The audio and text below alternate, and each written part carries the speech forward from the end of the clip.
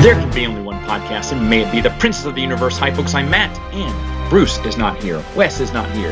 This is one that I wanted to do on my own. Yes, as you see from the title here, this is about Star Wars Imperial Assault, the board game. And this is something that neither Wes nor Bruce could even commentate on, or they probably wouldn't even care. And I wanted to do this on a podcast because I've decided at this moment, I'm not going to do a video review of it.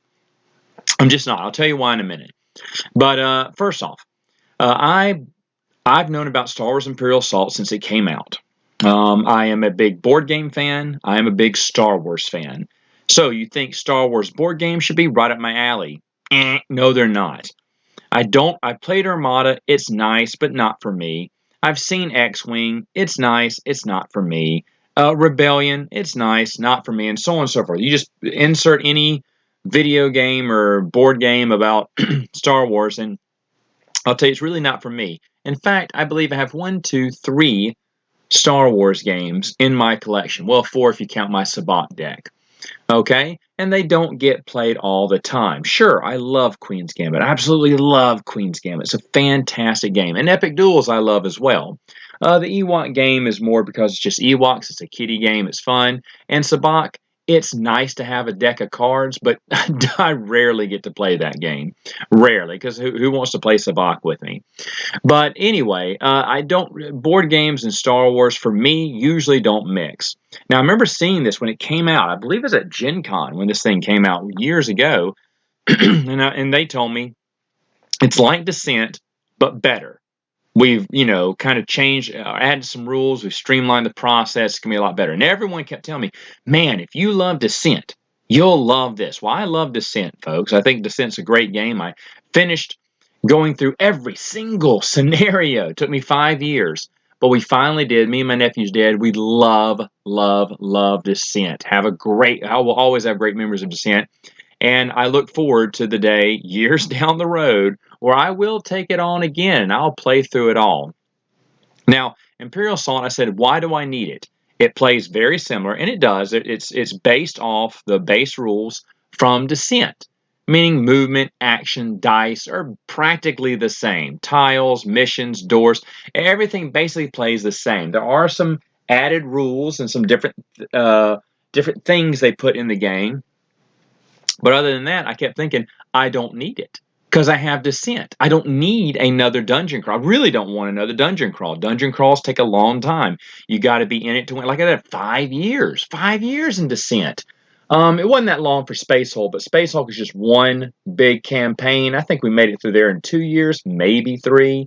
Lost Patrol is just one game in and of itself. It's not really a campaign, which is kind of like, I kind of consider it a sequel to Space Hulk, even though I don't think it is. And then Mice and Mystic. Mice and Mystics was a lot of fun too, and it took a little bit. I did it in 1 year. I did it in one sit down, but that's back when I didn't have that many games. I had barely 100, maybe, or less than 100, and that was my first dungeon crawl, I think, to buy.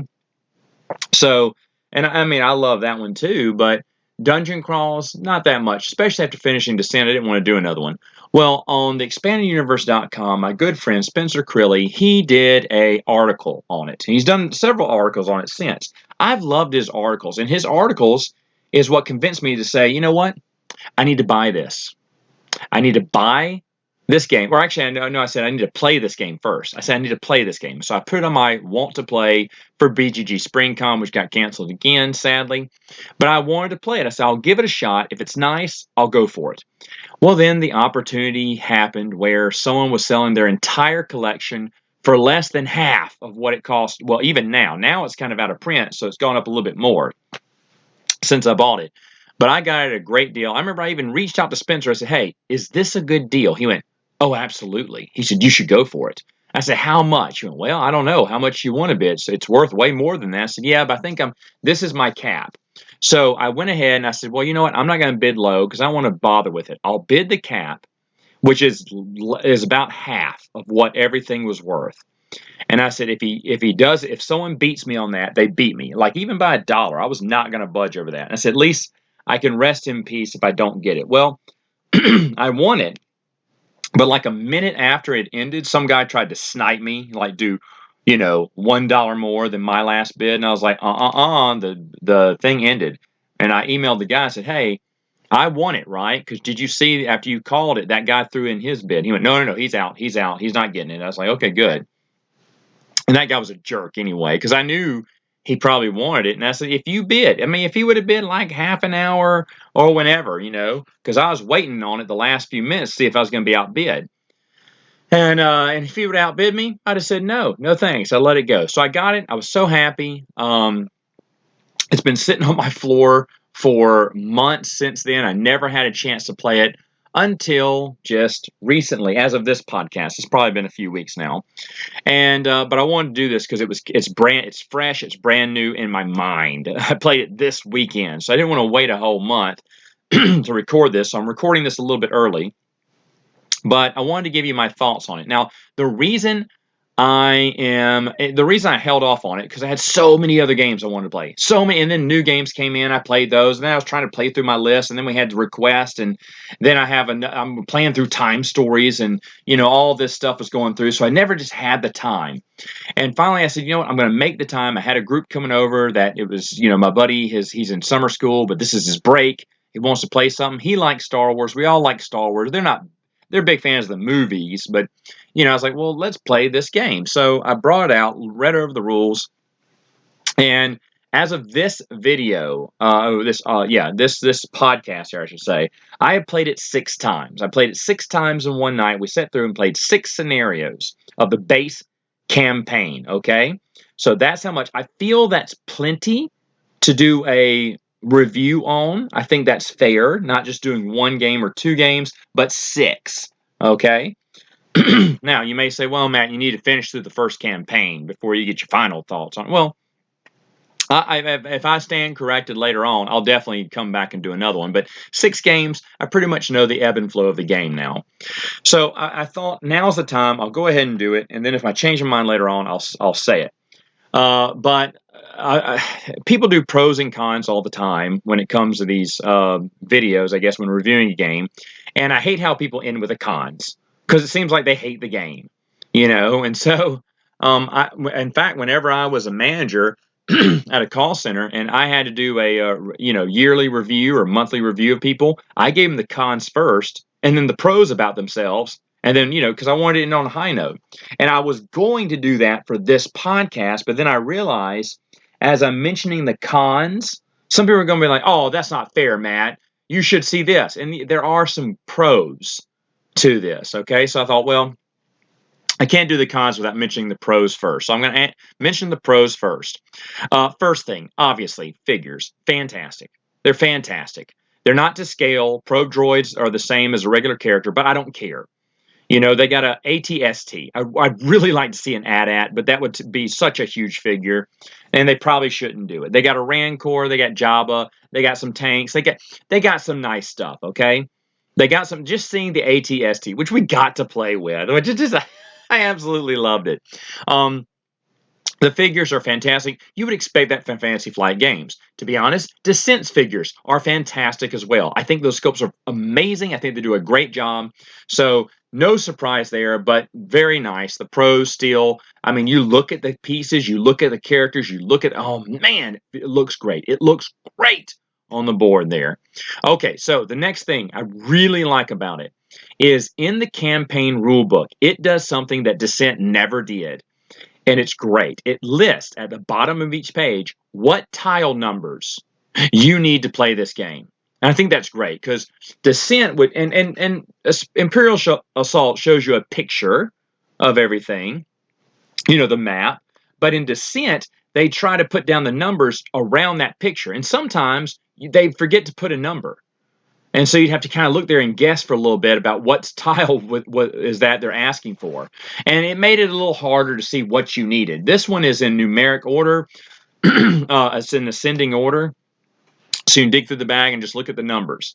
And then piece it all together later. I love that. I love that. I wish Descent would have done that. And for me, that was a great start in a positive direction to think, okay, this one of the changes, and it was one of the changes that they said made it better than Descent. Descent, because I kept hearing Descent 2.0, Matt, 2.0, better than Descent. It's so much, everyone was telling me that, so much smoother. It's so much better gameplay. They fixed a lot of things. They, took away some of the luck. They, all this great stuff. All right, so my next pro. Oh, wait, I'm done with pros. Here come the cons. Yes, there's a ton of cons here. I hate to say this, but there are. I'm going to start with a big one. Ooh, rules. Rules are bad. Rule books bad. Rule books are. How many are there in the base game? I believe there's 4 different rule books. One for skirmishes, which is a different game altogether. I'll talk about that later. One on how to play. One on campaigns, and one is a reference guide. Now, Descent just had a how to play and a campaign mode. That was it. We didn't need reference because the campaign mode referenced what everything does. I don't know why they thought they had to have so many rule books. And by the way, they're not well written. Examples are not clearly given. I had to watch you think I'd watch videos. I like to read through the rule book. I do. And when I have a question about a rule, that's when I watch a video, just to see if, what it is, because the example sucks. The examples are bad. The only examples that they know how to show you are the examples where the gameplay is just like Descent. I already know that. I don't need to know anything about that. And that's really what a lot of the examples are. The tough ones that I still can't find in the rule book, but because it didn't make sense, I had to go online, watch videos, and finally someone told me. Now, I don't know there's only 4 rule books here. I don't know which one they looked to get that rule down, but I wish they would kind of list where they found that rule, because I could not find it. And we spent in that 6 games, we spent for sure an hour and 20 minutes, maybe more time was spent just reading rules during, before, and after a game. 6 games, and we were still bogged down, confused. What is the rule here? Because the campaign doesn't give you jack squat. The campaign just sets it up, tells you what you got to do. There's your goals. Go for it. Well, what's this? What's that? How do we interact with this? What do we do here? No, you have to go find it in either how to play or the reference guide, and they won't tell you where to go. We set up, and this is how bad. This is how bad. I mean, it's just, maybe it's the campaign rulebook. Maybe it's because the campaign rulebook sucks. Besides listing all the tiles, which I do absolutely love, it sucks. It doesn't tell you what markers are used for what. Meaning, there are these generic markers. One side says, one side has the rebellion symbol. The other side has the Imperial symbol. Okay. There's 2 red, 2 blue, 2 yellow, 2 green, or whatever, okay? And they're double-sided. They can either be rebel or Imperial. On the board, it'll have 2 yellows and a red. Okay, is there something special with the red? No, there's nothing special with the red. It's just another prisoner. Oh, okay, great. Okay, wait, are these Imperial prisoners? Because they all have the Imperial side up. No, they're rebel prisoners that you have to save. What? Well, then why isn't the rebel token face up? Is just a misprint in the game? I don't know. And that's what my gaming group was asking. Like, wait, because when I said they had to rescue people, they're like, okay. And then they were like, hey, where are the people? I said, well, they're these Imperial signals. Why are they Imperial? I said, that's a great question. I have no idea why. No idea. And then they said, why is this one red and the other ones are yellow? I said, I don't know. It's just what the board game put me down. They said, this color goes here, here, here, here, here. Now, it may not matter. The colors may not matter, but you've got to say that. In Descent, it tells you.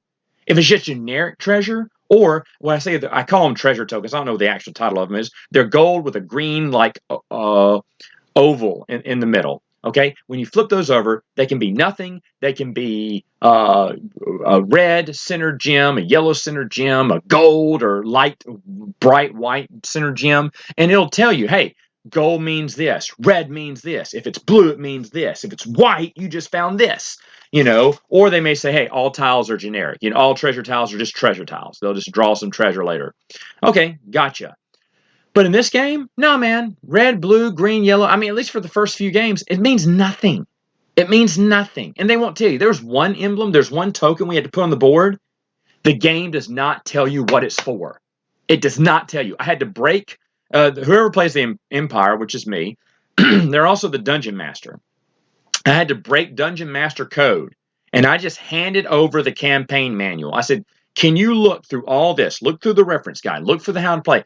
Please tell me what this symbol means. I could not. I spent 10, 15 minutes looking up this rule. I could not find it anywhere, so I finally just gave them the book to see if I was just too stupid and was missing it. They couldn't find it either. It's lazy. It's so lazy. So like campaign mode is what I play it for. Now maybe people don't play it for campaign mode, and I get that. If they don't, they may love this game. If you want to play it for campaign mode, forget about it. Forget about it. Also in campaign mode, holy cow, the story, horrible. We stopped reading. We stopped reading the story. It doesn't make sense. It does. It's a bunch of individual. Well, at least the first 6 episodes or whatever, or the side missions and with that, nothing makes sense. I don't know why you're here. I don't know what happened now. Descent follows a storyline and gets you involved. It tells you where you're going next, what the next adventure will be, and so on and so forth. This one's like, okay, now you're doing this. At first, they were destroying these databases, and then the next part, the databases are there, but you don't destroy them. My friends thought you destroyed them this time. No, you just utilize them to open doors. Okay, what are we doing now? We're doing something else. Why are we doing this? I have no earthly idea why we're doing this. No earthly idea. There's dialogue. It's just like the game reset and it's its own new story. There's no narrative. Or if there was, it was extreme. It was so boring. We stopped reading the narrative. We were so bored with it. We could not understand it. It's terribly written. It's horribly written. And these are the same makers of Descent who make great stories. Great stories. No one cared about campaign mode. It's that obvious to me. No one cared about it. It's horrible, horrible, horrible. Other things that were bad. There's tons of things here that were bad. I should also say the numbers on the tiles. Oh my gosh, they're so thin and little. They're hard to see. And I had to get other people to help me out. And I mean, hey, it could be just me, right? I'm getting old. But in Descent, you could clearly see the numbers on the tiles. These are kind of written in that Star Wars kind of font or whatever, the little Imperial font or whatever. It's nice and thin and little and space age, and you can hardly see them. And another thing with the tiles, I forgot about the tile. Okay, so the tiles in Descent are labeled 1 through whatever, 20 in the first game. Every expansion, they just add on to that number. This is tiles 21 to 35. These are tiles 36 to 49. These are tiles 50 to 67. And so they keep building as they bring out expansions. They keep adding on to it. Not Imperial Assault. Every expansion resets the tile count. So when it asks for 1A, there's 4 1As. Sure, they're in different bags, but there's 2 desert plants, 2 forest areas, and you don't know which is which. Unless you just look at the tile, look at the diagram, and think you have the right bag. Sure, you can mark all those bags. But why? Why on earth did they? I mean, obviously, I guess each one's a standalone. I'm guessing each one's a standalone game. I hope tiles don't mix, but they're going to. In Descent, all the tiles can mix. You can have 17A, that was in the base game, mixed with 47B from 3 expansions later. They utilize all their tiles. They build up in number. You're never confused on what is what. It literally took us an hour to put the first board together. An hour.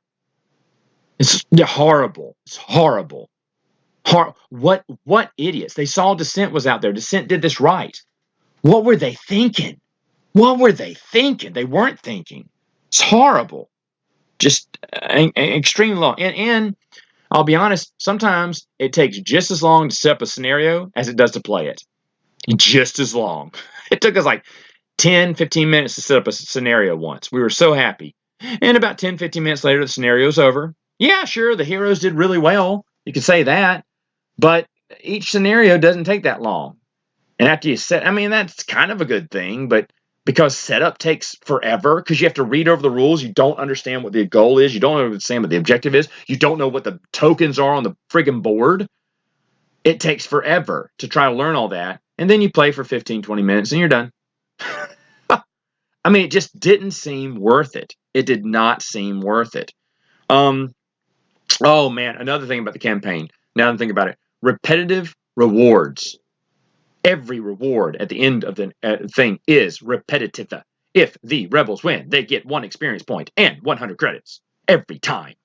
If the Imperials win, they get 1 influence every time. It doesn't change. In Descent, it flows. It changes. Sometimes they get money. Sometimes they get experience. Sometimes they get a little bit of both. Sometimes, depending on what they do in that scenario, it changes. Whoever found the item, the sword of whatever, they gained 200 more credits because someone bought it. Some vendor was happy to get that. Or they, if it's a hard challenge here and they came through and each one of them did such and such, they did a strike on the main guy or whatnot, all of them work together. They each gain experience. If one person wasn't there, they don't gain experience because they weren't in that. It's very thematic on how they reward money and experience. This is just a printing press. Next. Same thing.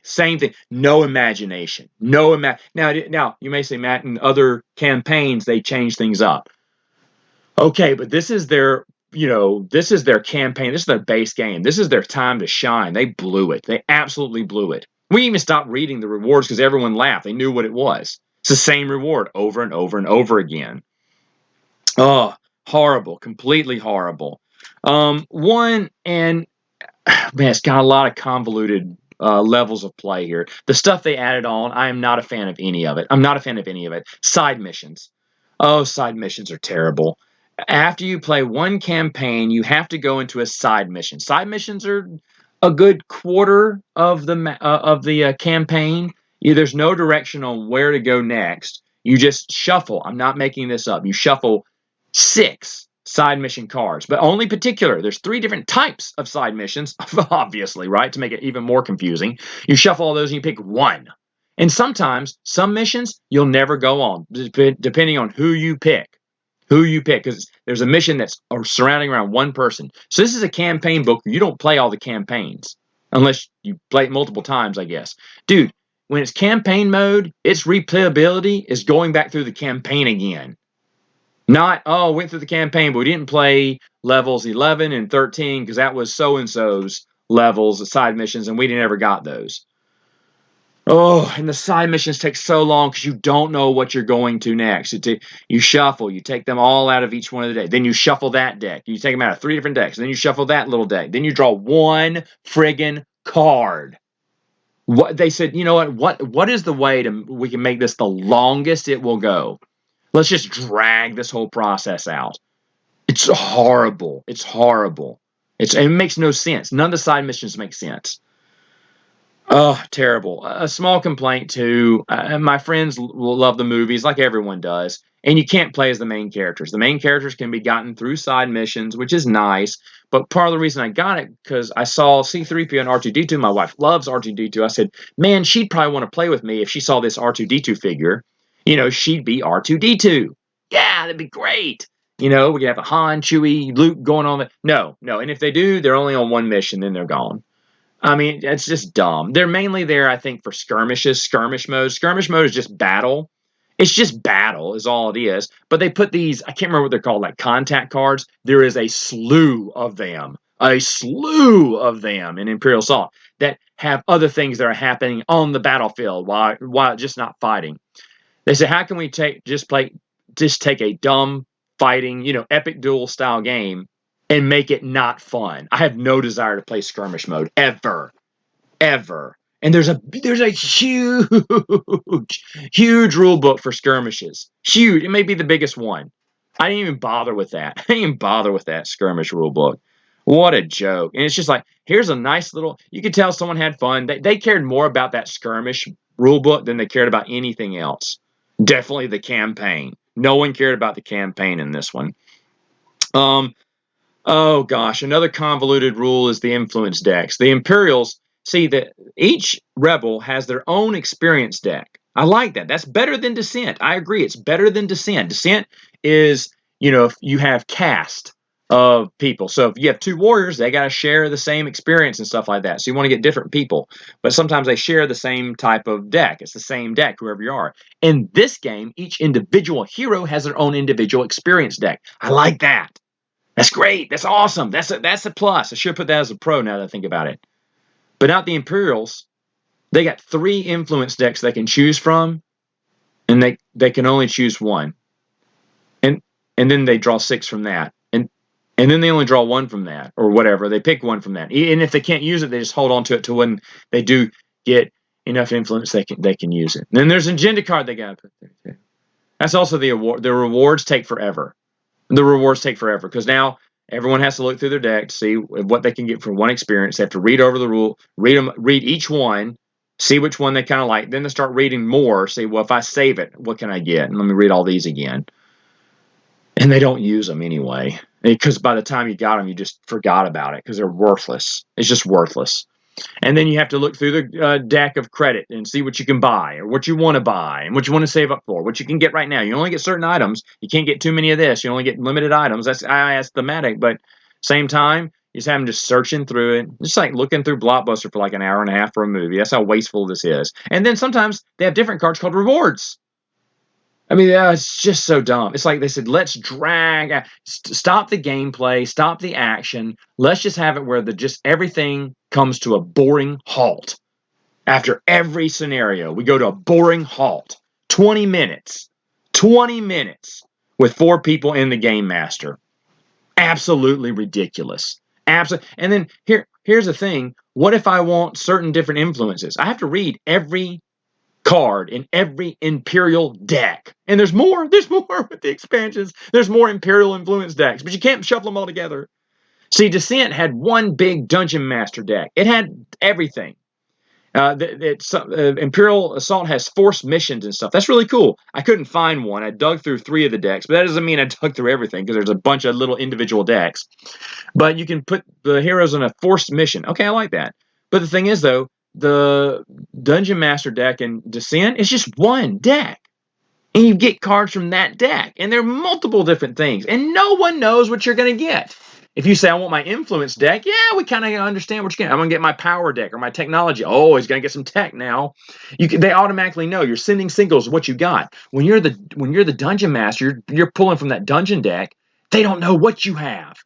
They don't know what you have. You have unlimited, backup for beast or whatever. Can you revive big monsters? Can you throw a trap at them? Can you throw a side mission at them? What can you do? No one knows, because they all look the same. We don't know what he's got in his hand. And this way, they said, let's make it complicated and more confusing than ever. Horrible. It is so bad. And you may be saying, well, Matt, if you just play Skirmish, okay, maybe so. Maybe Skirmish is great. But I told you, I'm not interested in Skirmish. Gosh, it's so bad. There's so many bad things here. I guess that's it. That's. I'll stop there. Because I'm almost at that time here. But oh man, just it's so disappointing. So disappointing. There's so much slog in this game. Now, here's the deal. What's going to happen? Final verdict. Okay. Well, I put it up. I'll play it if the time comes, and we'll play through a few more episodes, campaigns. We will. I won't bother with the story ever. I may just skip side missions altogether too. It's just stupid. Because the personal side missions do nothing special. So may just play through a few more. I'm not going to make people do it. If I find a good trade for all this, I'll do it. I'm not interested in keeping it, but I mean, like I said, the whole time we were playing, I came very close to just box everything up and say, let's play Descent.